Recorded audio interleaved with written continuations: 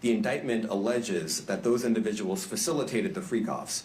They booked the hotel rooms and stocked them with the supplies, including drugs, baby oil, personal lubricant, extra linens, and lighting.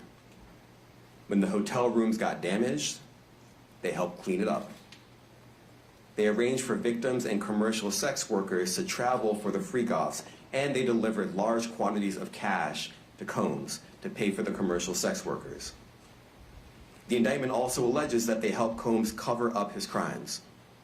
During the March 2016 incident at the LA hotel that I mentioned earlier, a member of the hotel security staff intervened, and Combs attempted to bribe the staff member with a stack of cash to make sure that what happened was kept quiet.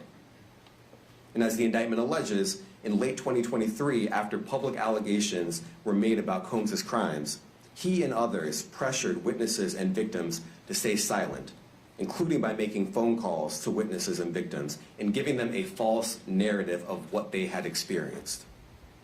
And as alleged, Combs used others to help conceal his abuse by monitoring and preventing victims from leaving a location in order to hide their injuries, or by locating and contacting a victim who had attempted to flee. As part of this investigation, in March of this year, special agents from HSI executed search warrants at Combs' residences in Miami and Los Angeles. They also executed a warrant for Combs' electronic devices. During those searches, agents seized evidence of the crimes charged in this indictment. They seized firearms and ammunition, including 3 defaced AR-15s and a large capacity drum magazine. They also seized evidence of the freak-offs, electronic devices that contain images and videos of the freak-offs with multiple victims. And they seized cases and cases of the kinds of personal lubricant and baby oil that Combs' staff allegedly used to stock hotel rooms for the freak-offs, more than 1,000 bottles altogether. Here are some of the items that we recovered during the searches.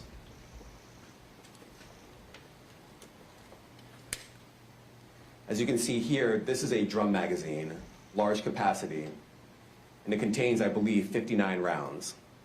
I mentioned as well that we recovered 3 AR-15s.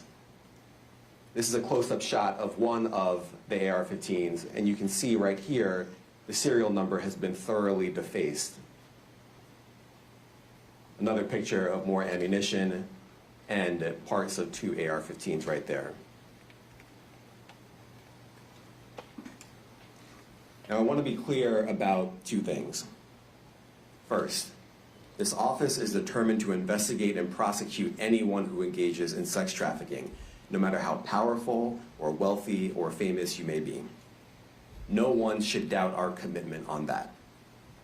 A year ago, Sean Combs stood in Times Square and was handed a key to New York City. Today, he's been indicted and will face justice in the Southern District of New York. Second, we are not done. This investigation is ongoing, and I encourage anyone with information about this case to come forward and to do it quickly. Anyone with information can call 1-877-4-HSI-TIP. I want to express my deep appreciation for the victims and witnesses who have used their voices and helped bring this criminal conduct to light. We would not be here without them. I also want to thank the dedicated case agents on the HSI Trafficking in Person Squad in New York. They have been with us since day one and have worked tirelessly on this investigation. They will continue to be invaluable partners to us. I also want to thank the incredible agents and analysts from SCNY who have also provided tremendous assistance on this case. I'm deeply grateful for their continued work. And finally, I want to thank the outstanding career prosecutors from SCNY who are handling this case. Meredith Foster, Emily Johnson, Chrissy Slavic, Madison Smizer, and Mitzi Steiner, and their supervisors, Jamie Backleiter and Jacqueline Kelly. They are members of the Civil Rights Unit in our criminal division. We created the Civil Rights Unit when I became U.S. Attorney. I'm deeply proud of their work on this and so many other cases. I'll now take some questions. Aaron Katursky, ABC. Thanks, Nick. Damien, thanks. The indictment describes aggressive, open, violent, hedonistic abuse that you say was recurrent and widely known. Why did it take law enforcement so long to intervene? How many women were victimized by Sean Combs, and how many others were involved? Look, our investigation is ongoing. We are committed to bringing justice to everyone who's been victimized by the defendant. I can't tell you why it took so long. I think the better focus is on the fact that we are here today. And we are committed to making sure that justice is done. Next question. Thank you. Julia Ainsley, NBC. Thank you for doing this. You said we are not done and that Combs did not do this alone. Do you foresee that there could be other charges related to this case? I'm not taking anything off the table. Janet Fisher, Newsday. What's the difference between the sex trafficking and promoting travel for the purpose of prostitution?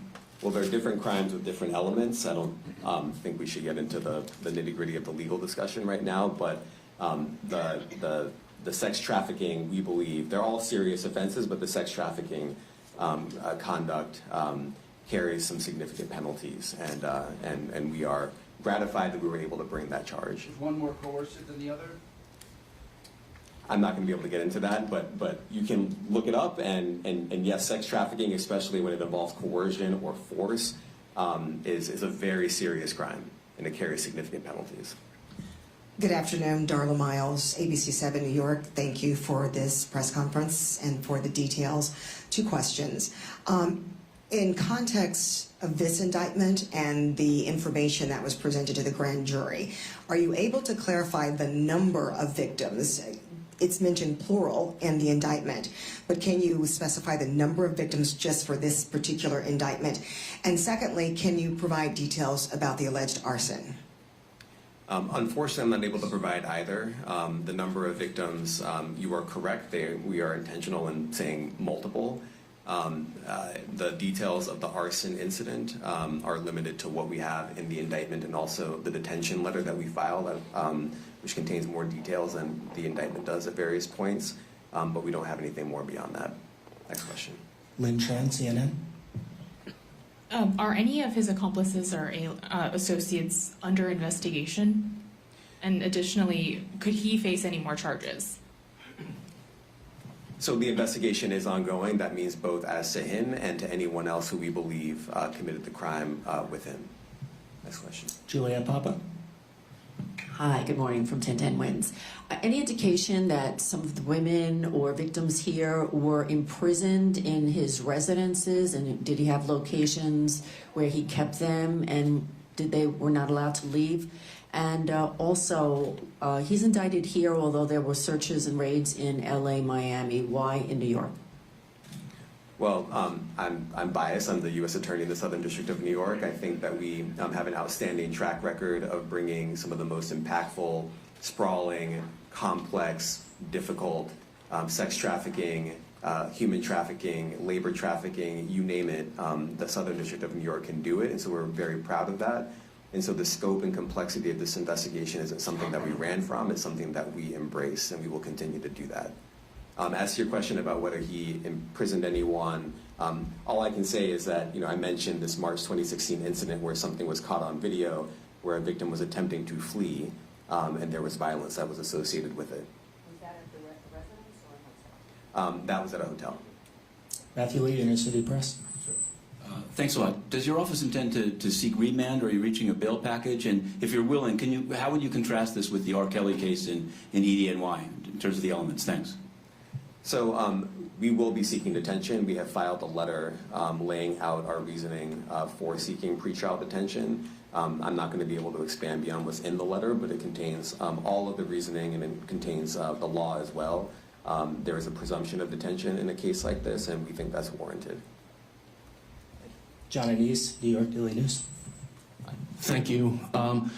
I was hoping to get some more detail about the searches of his residence, the guns, the cases of lubricant, and the videos. Where were they found amongst his residence? Were they all scattered around the houses in one place? I kind of wanted to just get a better picture of how that stuff was found. Well, look, I think that some of the details that you're seeking are in the detention letter. So, for instance, some of the AR-15s. 2 of the 3 defaced AR-15s were found in his bedroom closet in Miami, broken down into parts along with magazines with ammunition loaded in them. So some of that detail is in the detention letter. Beyond that, I'm not going to be able to get into where other items were stored.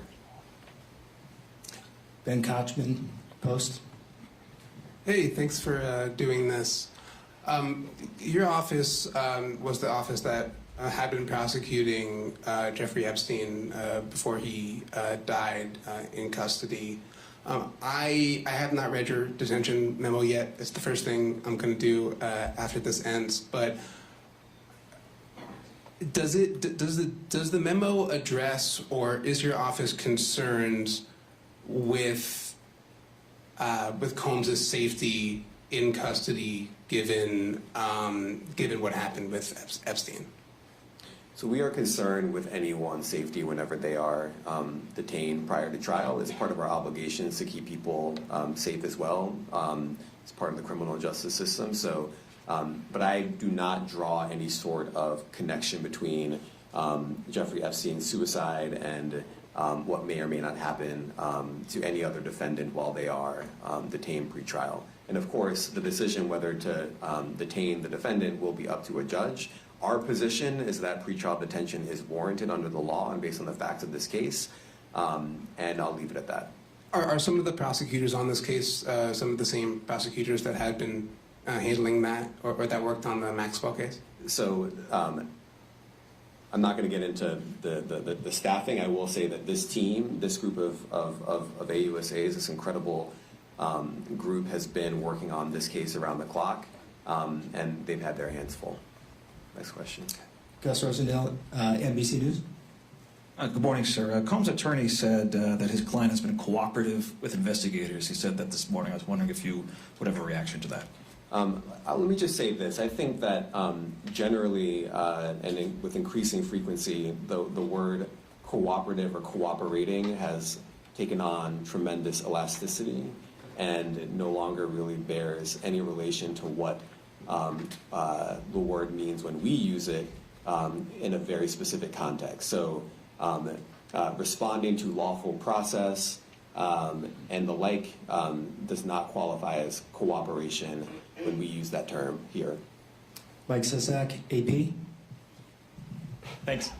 To that end, was there any discussion of Mr. Combs surrendering? I understand he was taken into custody at a hotel in Manhattan last night, and maybe that wasn't the plan. Can you elaborate on how that came about and why that was? I'm not going to be able to get into any sort of operational details as to how he was taken into custody and when. He is in custody right now. He will be appearing in court later today. Was there any discussion of him surrendering, given they claim he's cooperating? I'm not going to be able to get into law enforcement tactics or operations.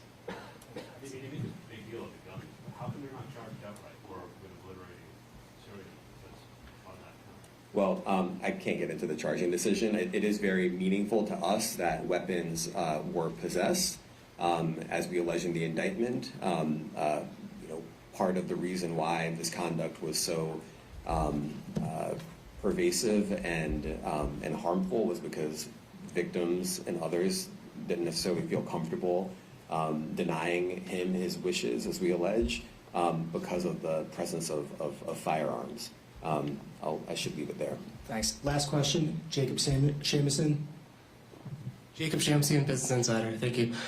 Given that he's the sole defendant in this case and that you allege he's part of a conspiracy that involves members of his companies, do you anticipate a superseding indictment that bring allegations against other members of his companies or other co-conspirators as well? I can't take anything off the table. Anything is possible. Our investigation is very active and ongoing. And I think a lot of you who cover this office know that when we say such things, that developments are certainly foreseeable, but I cannot predict them sitting here today. All right, thank you, everyone. Thank you. What part of his business empire is exposed forfeiture? Thank you, everyone. Thank you.